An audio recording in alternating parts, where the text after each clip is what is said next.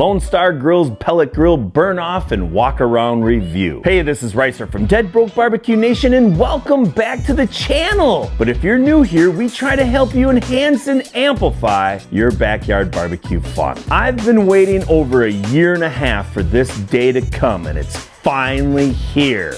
The Lone Star Grillz Pellet Grill has arrived. So grab a couple cans of Pam Sam. We're gonna amplify some backyard barbecue fun. Moments earlier, let's get to work. I'll give you the list of tools that I'm using to take this pellet grill out of the crate. First, just start with your basic box opener, made in USA. Don't forget to cut off the packing slip. You always want to keep that. Now, I accepted this package because obviously on the outside of this crate, there's no damage. Your next tool is a good wire cutter. Grab the strap, but be careful it doesn't come back and bite you. That's pretty loud. Grab yourself a good wrecking bar. I'm not gonna pull all these nails out or I'd be sitting out here for 2 hours. This by far is the most important tool that we're gonna be using today. It's a Sawzall with a metal blade. We're gonna actually cut those nails right off. Here's the nail, and you can see where it's set on that 2x4. This blade is long enough to reach it. Now you don't have to cut the nails through here. Leave that all in one piece. I did check inside, and I'm gonna be able to cut all the way down this and not hit this pit. Have it loosened up like this, you can just put her right down and look, it comes right off. There it is. Same thing with the top, just cut right through. After you get the one side free, be careful when you're cutting this side. You don't want it to fall off.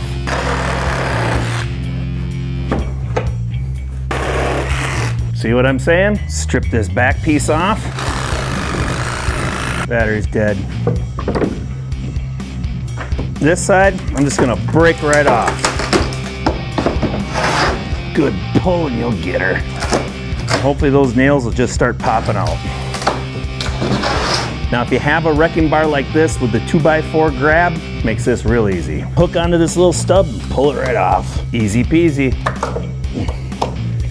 And you might be asking why I'm pulling this side off. Because of how these wheels are positioned, this is the way we have to roll it out. Get on this 2x4 and pull this one off. A little stiff, but we'll get her. And the same thing on the back one.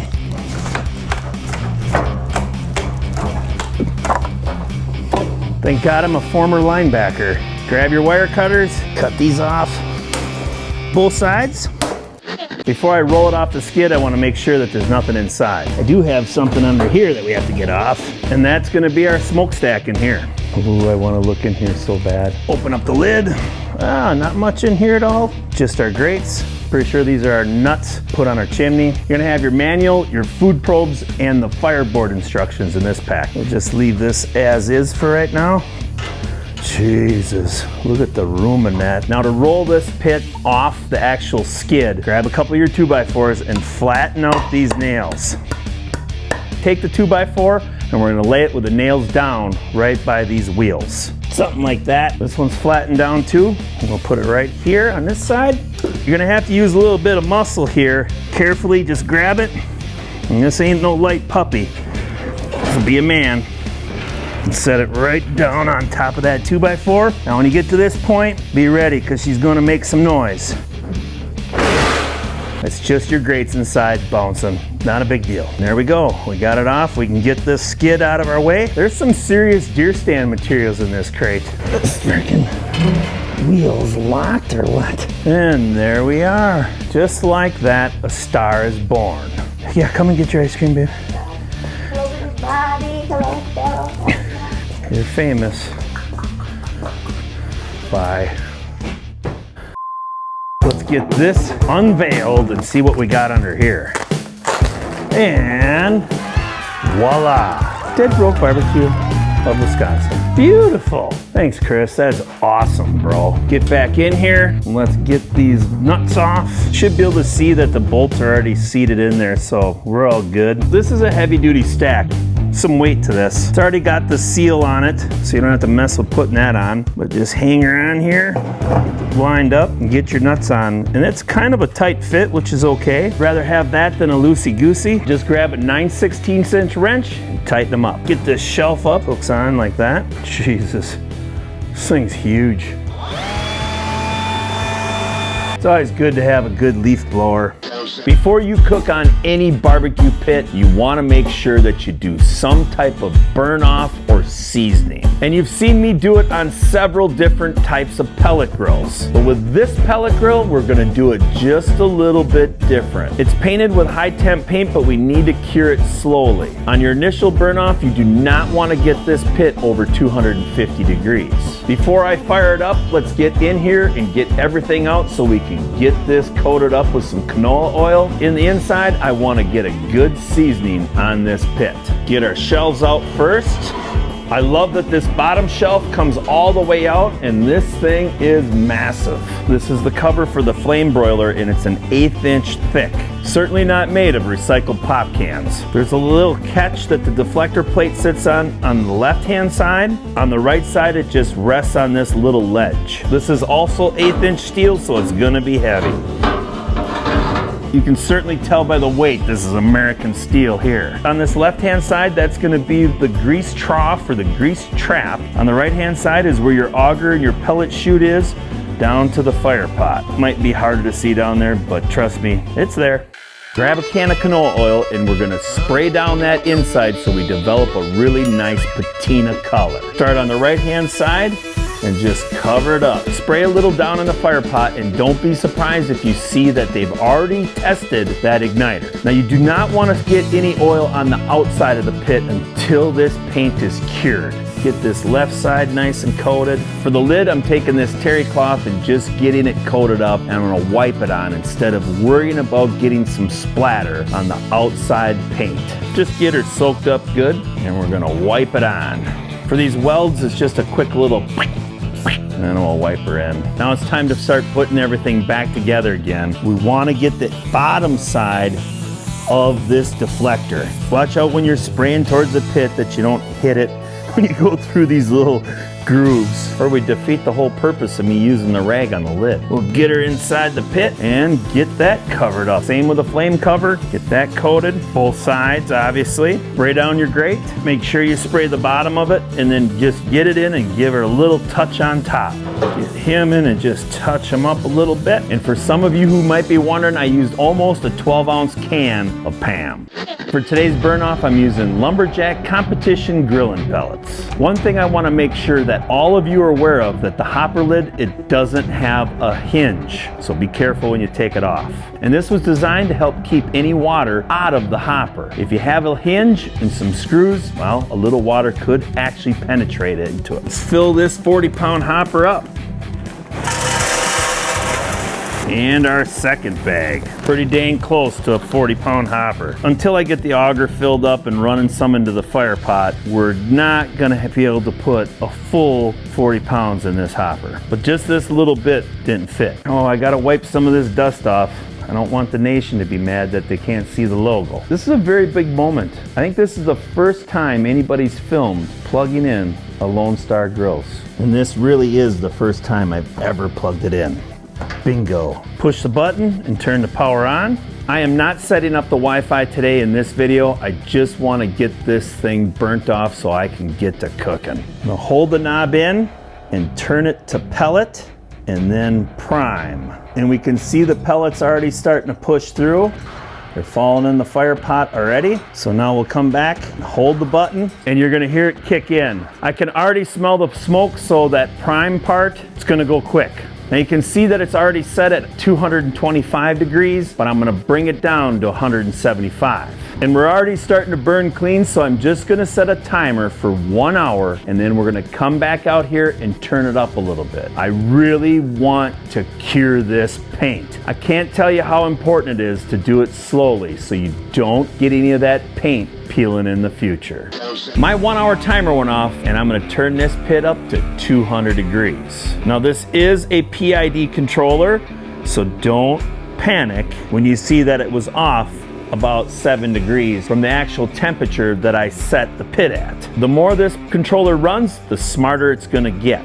It actually is learning, and it'll start to adjust throughout the cycle. At first, if you see about a 15-degree difference, do not panic. It's reading and reacting, but I already have a nickname for this pit. I'm calling it Godzilla. It's been a constant smoke coming out of that stack. On every pellet grill video that I've done till now, I've always had my garage door open about 2 to 3 feet on the bottom. Today I have it all the way open because this pit is pushing out some serious smoke. It might actually be a little hard to see the smoke because of the lights in this studio, but I'm telling you, it's smoky in here, and that's a great thing to see finally from a pellet grill. I'm running Godzilla at 200 degrees for 2 hours, and then I'll bring it back and we'll turn it up just a little bit more. My timer went off. That means we're 3 hours into this burn off. Let's go ahead and just check and see how she looks inside. You can obviously see I'm building a nice patina on those shelves, and the lid is looking nice and shiny. The way the smoke is coming so evenly across this pit, I honestly feel that this thing is gonna be dang close to an offset. The temp swings on this pit has been right around 40 degrees. So 20 degrees up and 20 degrees down my set temp. And if you ran enough pellet grills, you know that's pretty dang good. Now it's time to go ahead and turn her up to that 225 degrees. And obviously I do not have any thermal mass in this pit, so it's just cooking empty. And that Lone Star TrueTel temp gauge has been running right around 210, 215 the whole time. So this 3/16 inch steel is retaining that heat. And that's what you want on any cooker. Now I'm gonna set a timer for 3 hours, and I'm gonna finish seasoning up this pit. I'm closing in on that 3-hour timer, and I figured I'd better tell you this, that since I turned it up to that 225 degree temperature, it's only running about a 20 to 30 degree temperature swing, and that tells me that this PID controller is learning. And trust me, I've had pits that have 50 to 75 degree temperature swings, so this is a great sign. This controller is Wi-Fi, so you could see some firmware updates from FireBoard on the Lone Star Grillz Pellet Grill. My guess you'll see an alert in the app, or maybe even receive an email that it's time for an update. This pit can actually run charcoal, and eventually you'll see me using this charcoal insert. For those that are wondering how much pellets I burnt, to me that looks around 10 to 15 pounds that I used. So that's not too bad in 6 hours. I'm gonna say it again, this pit smokes. It's a smoker. The FireBoard controller does have 6 ports underneath it.